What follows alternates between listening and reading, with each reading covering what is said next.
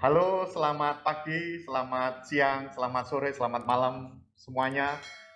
Hari ini kita masuk ke Siegaverse Podcast Metaverse.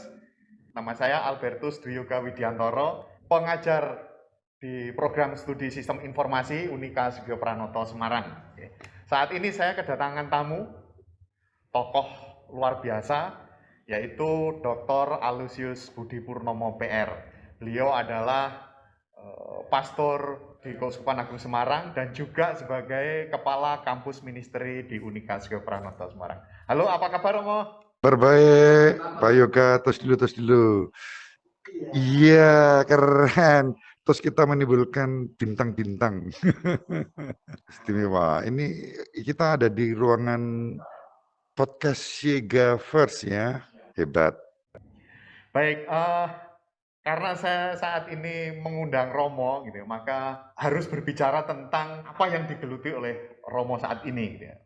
Minggu-minggu ini adalah minggu-minggu memasuki Trihari Suci, gitu. Dan yang masuk ke Paskah, gitu. Maka ada Trihari Suci, ada Kamis Putih, Jumat Agung, dan Minggu Paskah atau Vigili Paskah. Namun sebelum ke sana, kita itu diawali dengan masa-masa Prapaskah, gitu, Romo. Dan masa Prapaskah itu adalah masa-masa di mana kita diajak untuk menggali semangat pertobatan. Nah, di tahun ini itu Keuskupan Agung Semarang itu mengambil tema tentang tinggal dalam Kristus, berbela rasa dan berpengharapan. Nah, tema itu kita diajak untuk menggali semangat pertobatan. Nah, saat ini Romo, kondisi saat ini kan perkembangan teknologi itu sangat begitu pesatnya, gitu ya. Kita bisa berkomunikasi dengan cara apapun, serasa kita itu sedekat ya sejengkal, gitu ya. Kita semua merasa dekat, gitu ya, merasa ya hanya berjarak dekat. Tapi ternyata kita itu jauh, gitu ya. Nah, dari semangat pertobatan tadi Romo, apakah di teknologi yang kita gunakan saat ini itu bisa juga kita manfaatkan, gitu ya. Kita menggali semangat pertobatan dalam teknologi itu kira-kira seperti apa Romo? Ada enggak sih untuk membangun semangat pertobatan yang teknologi gitu kira-kira Romo? Kita sebut pertobatan teknologis gitu ya. Jadi dalam tradisi khususnya gereja Katolik, kita kan mempunyai yang namanya pertobatan itu kan perubahan ya, perubahan satu sikap untuk menjadi lebih baik. Itu pada intinya. Nah, dari yang saya pelajari bahkan ada istilah yang namanya pertobatan ekologis. Satu perubahan ke arah sikap yang ramah dan peduli pada lingkungan dan kemanusiaan karena kita semua saling terhubung. Nah, teknologi ini menjadi salah satu masuk untuk secara positif kita terhubung satu sama lain. Ya. Nah, maka pertobatan teknologis bisa juga dipahami sebagai satu bagaimana kita menggunakan sarana prasarana teknologi untuk kebaikan. Di pertobatan teknologis kita pertama sadar bahwa ada sarana prasarana yang tersedia bagi kita. Lalu sarana prasarana itu kita pergunakan untuk kebaikan, bukan untuk keburukan apalagi kejahatan. Teknologi dipakai, taruhlah kita ambil contoh media sosial. Itu kan juga bagian dari teknologi. Nah, media sosial dipakai untuk mewartakan kebaikan bukan keburukan. Untuk mewartakan perdamaian, kerukunan, semangat kebangsaan, cinta lingkungan, dan bukan menyebarkan hoax, gibah, fitnah yang memecah belah, apalagi provokasi yang diwarnai dengan hatred, ya kebencian. Nah, perubahan ke arah kebaikan dengan sarana prasarana teknologi itu yang saya sebut sebagai pertobatan teknologis. Nah, itu Mas Yoga. Sederhananya seperti itu sih. Nah, begini Romo, dengan banyaknya teknologi yang setiap orang bisa memilih, menentukan pilihannya masing-masing. Saya akan menggunakan komunikasi dengan teknologi A, teknologi B, C, lalu saya bermedia sosial menggunakan teknologi apa gitu. Nah, dalam dalam pandangan gereja gitu, adakah harapan baru gitu ya? Apakah ada harapan baru di dalam teknologi ini gitu?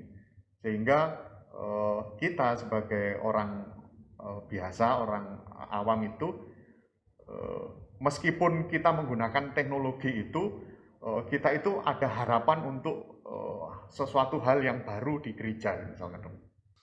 Iya, teknologi dalam konteks Gereja Katolik itu sudah diapresiasi sejak tahun 60-an ya. Ketika masih dalam konteks alat komunikasi, radio, televisi yang paling sederhana.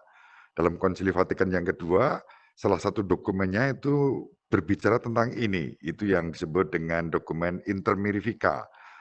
Nah, kemudian dalam perkembangan waktu ternyata apa yang dikatakan dalam Intermirifica di tahun 60-an ini sudah begitu maju yang tak terbayangkan bahkan akan menjadi seperti ini. Dunia menjadi seperti desa yang global, semua saling terhubung satu terhadap yang lain. Nah, dalam konteks ini media teknologi, produk-produk sarana teknologi tentu akan sangat membantu pewartaan kita.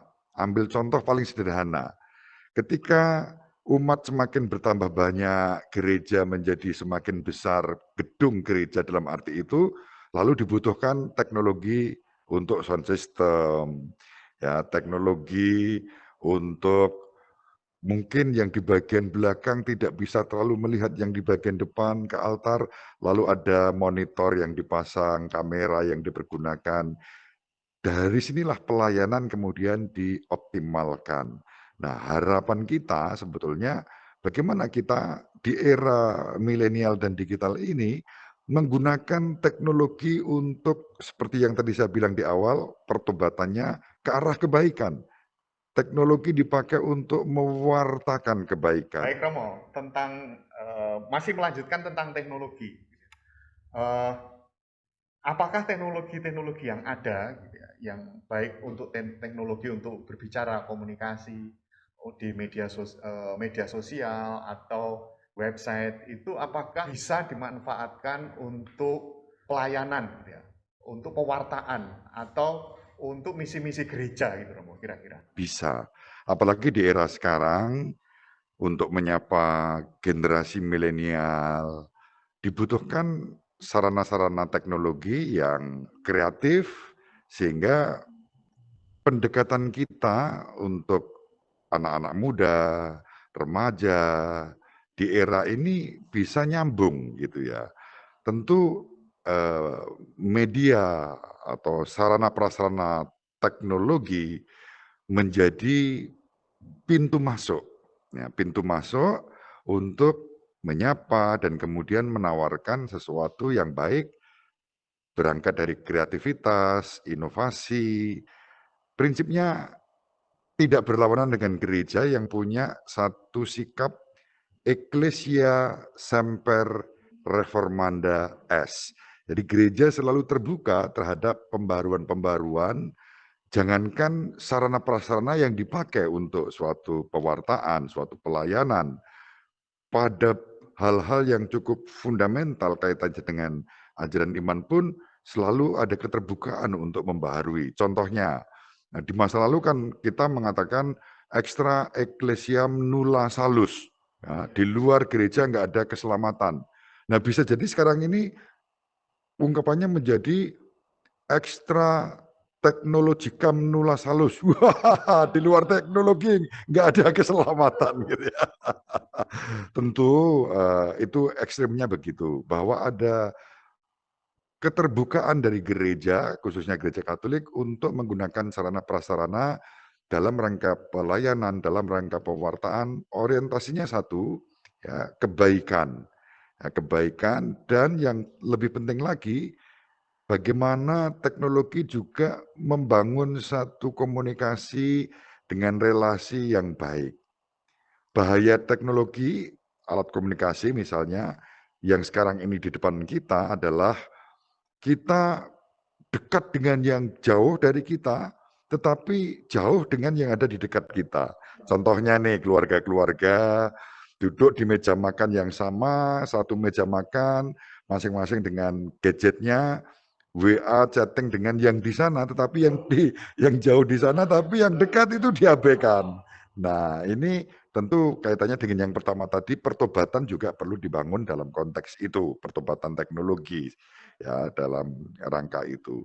Prinsipnya sejauh ini berguna untuk keselamatan kita, untuk kesejahteraan kita, untuk kebaikan kita, kenapa tidak? Tidak melanggar aspek-aspek moral, sosial, dan lingkungan, itu yang penting, ya, yang penting di situ. Nah, sejauh, arahnya ke sana, dunia kita sangat terbuka. Dulu waktu saya kecil nggak terbayangkan bahwa akan ada misa live streaming gitu ya. Sebelum pandemi loh ya, sebelum pandemi saya bisa mengikuti perayaan malam Natal di Vatikan dari dekat di depan layar televisi saya.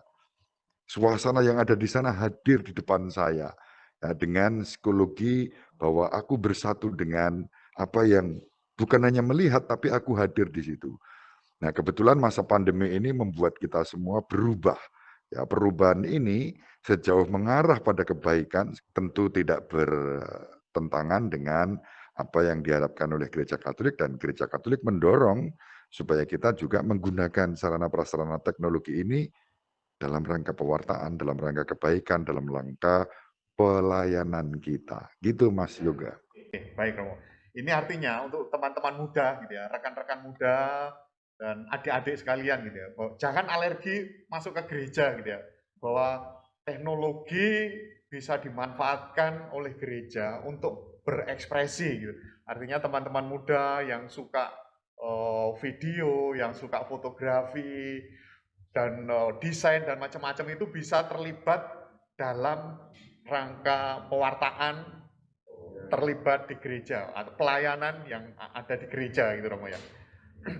Supaya teman-teman muda ini, loh di gereja ngapain, aku sudah nggak sreg dengan kegiatan itu. Nah, yang nggak terlibat di bagian apa namanya, misalkan di dalam gereja, misalkan misdinar atau yang lain.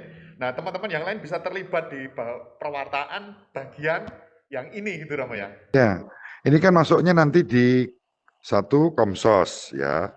Komsos, komunikasi sosial itu memberi ruang pada sarana prasarana teknologi. Lalu kemudian Komsos bisa bersinergi dengan PSE misalnya, pengembangan sosial ekonomi. Nah, ketika kita menggunakan alat-alat sarana prasarana teknologi untuk pengembangan sosial ekonomi umat dan masyarakat, itu kan sesuatu yang baik ya, tujuannya untuk kesejahteraan, untuk bonum commune, kemudian untuk mendukung, taruhlah di satu tempat ada yang sakit, lalu bagaimana kita bisa cepat menghubungi Romo untuk mendoakan atau umat saling mendoakan bagi yang sakit. Loh, maka dulu saya suatu kali pernah usul tuh pada sahabat kita Prof. Renat Kasali ya yang sangat maju dalam hal ini. Prof, mungkin enggak? Sekarang ini kan ada GoPay, ada Gojek, ada GoSend, ada GoPris gitu ya. Jadi kalau aku butuh didoakan, ada orang cari Romo, tinggal pencet tik, Romo terdekat datang untuk mendoakan, untuk melayani, untuk memberikan pelayanan. Wah itu keren itu. Nggak usah nunggu lama, langsung yang terdekat bisa melayani. Gitu. Mungkin suatu saat ya, suatu saat pertemuan doa-doa itu ya mungkin kayak seperti kita ini gitu. Ya kalau dalam arti itu mungkin tentu bisa, tetapi tadi kaitannya dengan pertobatan teknologi ya. Jangan sampai nanti kemudian kalau ini kan kita bisa dalam satu ruangan. Tapi ketika terus-menerus dibatasi oleh ruang, tidak ada pertemuan, semua dibuat secara daring saja, itu juga akan mengurangi ya kontak-kontak manusiawi di antara kita, di antara umat. maka harus ada perpaduan yang seimbang antara menggunakan sarana prasarana seperti ini. Justru yang terpenting itu, Mas Yoga, bagaimana menggunakan sarana ini untuk anak-anak sekarang misalnya dalam rangka katekese misalnya. Ya, kita berkatekese, pengajaran iman dengan menggunakan sarana prasarana ini. Pasti anak-anak muda yang sangat akrab dengan gadget, dengan teknologi itu akan bisa disapa secara lebih intens gitu. Ya, ya, baik. Nah, memang ya kita secara manusiawi pengennya perjumpaan dekat gitu Romo ya. Pertemuan fisik itu tentu masih sangat kita butuhkan karena kita itu manusia yang butuh untuk saling menyapa, dekat, jabat tangan dan itu yang nampaknya selalu kita butuhkan. Nah, yang lebih lanjut Romo, apakah gereja itu bantu menjangkau ke seluruh pelosok gitu ya, sehingga pewartaan kita berbasis teknologi itu masuk ke seluruh umat di Indonesia gitu dari sisi pewartaan teknologi ini. Nah, yang jadi masalah kan memang teknologi ini belum bisa menjangkau sampai ke pelosok desa gitu. Nah, apakah gereja gitu ya Ramo, gereja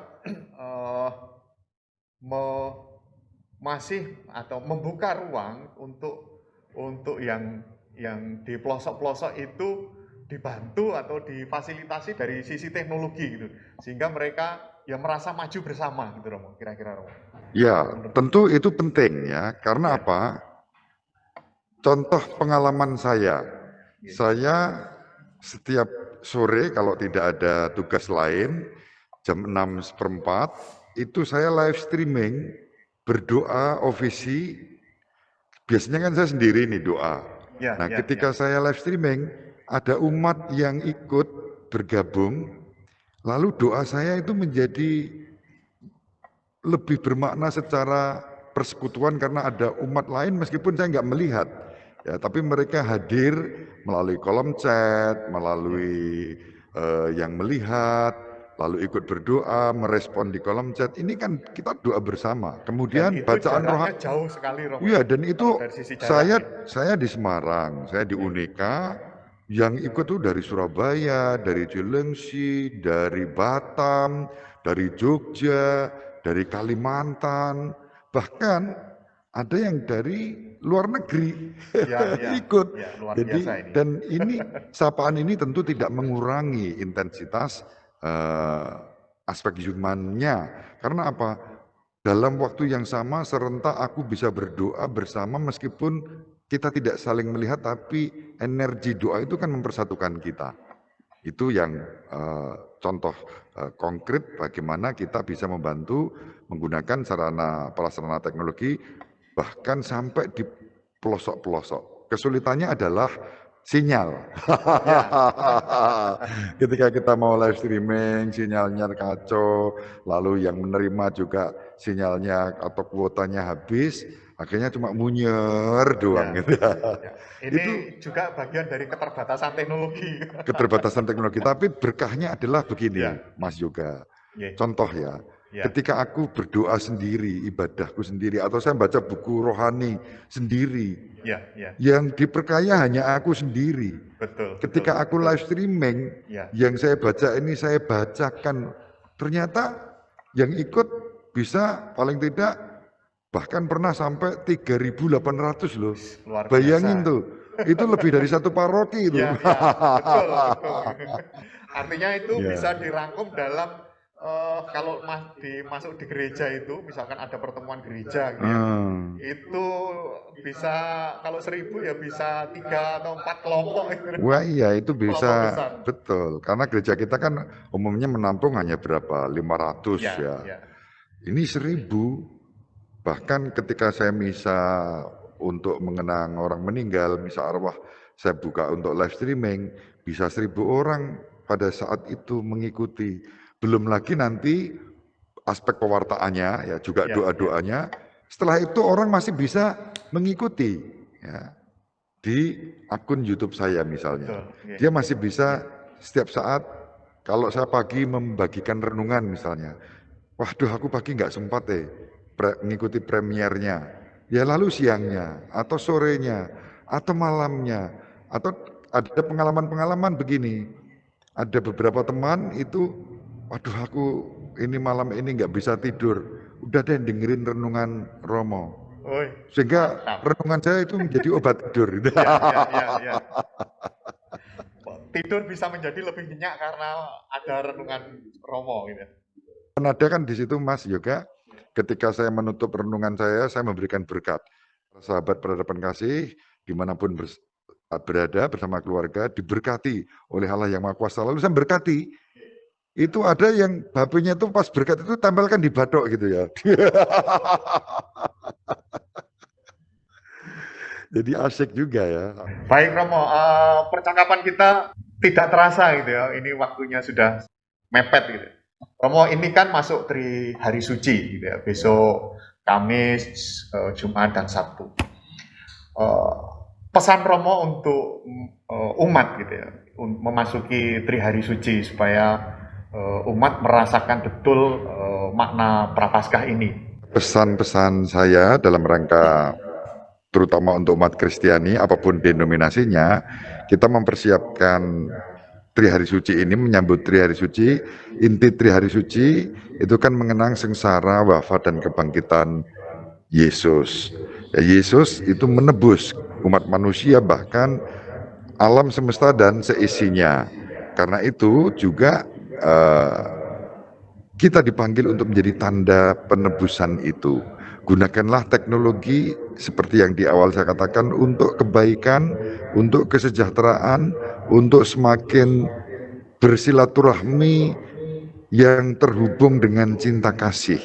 Sehingga sarana prasarana teknologi seperti ini dapat meningkatkan kebaikan, pewartaan, pelayanan, bahkan juga upaya-upaya kita, gerakan-gerakan kita untuk menjaga keutuhan ciptaan dan kelestarian lingkungan hidup.